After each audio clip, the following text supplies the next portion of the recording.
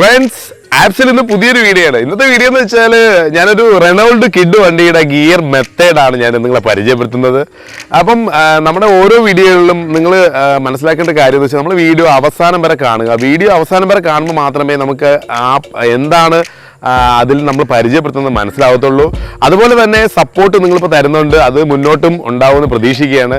ഈ ചാനൽ ഇതുവരെ സബ്സ്ക്രൈബ് ചെയ്യാത്തവരാണെങ്കിൽ തീർച്ചയായിട്ടും നിങ്ങൾ സബ്സ്ക്രൈബ് ചെയ്ത് സപ്പോർട്ട് ചെയ്യുക. അപ്പോൾ ശരി, നമുക്ക് വീഡിയോയിലേക്ക് പോകാം. ഓക്കെ,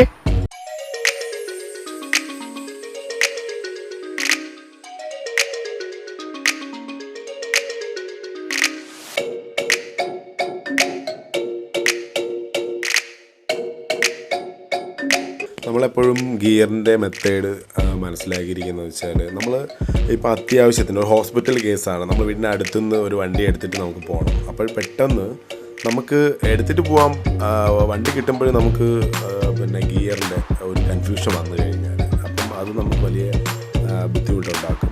അപ്പം അതുകൊണ്ട് തീർച്ചയായിട്ടും നമ്മളെപ്പോഴും നമ്മൾ മനസ്സിലാക്കിയിരിക്കേണ്ട കാര്യം ഗിയറിൻ്റെ ഫങ്ഷനാണ്.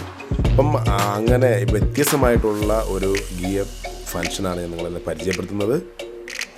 നമ്മൾ ഗിയറിൻ്റെ കാര്യങ്ങൾ കൂടുതൽ ചെയ്യുന്നതിന് മുമ്പ് നമുക്ക് ക്ലച്ചിനൊരു പ്രാധാന്യമുണ്ട്. കാരണം ക്ലച്ച് മെയിനായിട്ട് നമ്മൾ ശ്രദ്ധിക്കണം.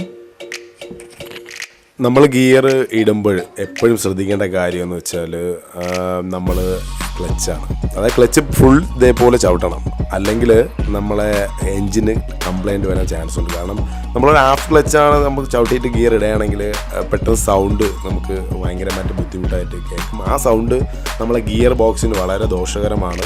അപ്പോൾ അത് നമ്മൾ വളരെ ശ്രദ്ധിക്കേണ്ട കാര്യം. ഫുൾ ക്ലച്ച് ഇതുപോലെ ചവിട്ടിയേ നമ്മൾ ഗിയർ ഇടാവൂ. അതുപോലെ തന്നെ നമ്മൾ ഏറ്റത്ത് കയറുമ്പോൾ ഹാഫ് ക്ലച്ച്, അത് മെയിനായിട്ട് ഒരു ഹാഫ് ക്ലച്ച് നമ്മൾ വിട്ട് ഇങ്ങനെ പോകാറുണ്ട്. അപ്പോൾ വണ്ടി ഇടിക്കുമ്പോൾ നമ്മൾ നല്ല ആക്സിലേറ്റർ അഡ്ജസ്റ്റ് ചെയ്ത് നമ്മൾ കൊടുത്തോണം, എന്നാൽ മാത്രമേ വണ്ടി മുന്നോട്ട് നല്ല രീതിയിൽ പോകത്തുള്ളൂ. ഗിയർ വ്യത്യാസമായിട്ടുള്ള വണ്ടി എന്ന് വെച്ചാൽ റെനോൾഡിൻ്റെ കിഡ് വണ്ടിയാണ്. അപ്പം കിഡ് വണ്ടി എല്ലാവർക്കും പരിചയമാണ്.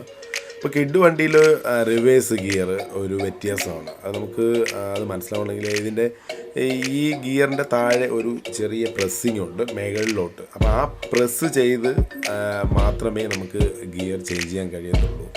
സാധാരണ നമ്മൾ ഗിയർ ചേഞ്ച് ചെയ്യണമെന്ന് വെച്ചാൽ ഈ സൈഡ് കൊണ്ടുവന്നിട്ട് ബാക്കിലോട്ടാണ്. പക്ഷേ ഇതിൻ്റെ വ്യത്യാസം എന്ന് വെച്ചാൽ മേളിലോട്ട് പ്രസ് ചെയ്ത് ഫ്രണ്ടിലോട്ടാണ് നമ്മൾ ഗിയർ ചേഞ്ച് ചെയ്യേണ്ടത്.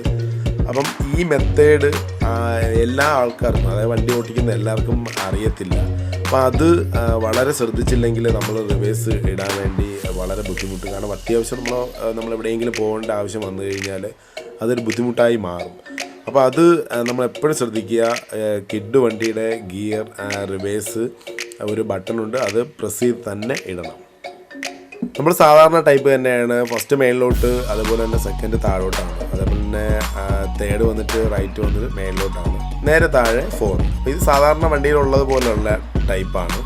അപ്പോൾ ഇതിൽ 5 വന്നിട്ട് റൈറ്റ് ആണ്, അത് ഞാൻ എങ്ങനെ കാണിക്കാം.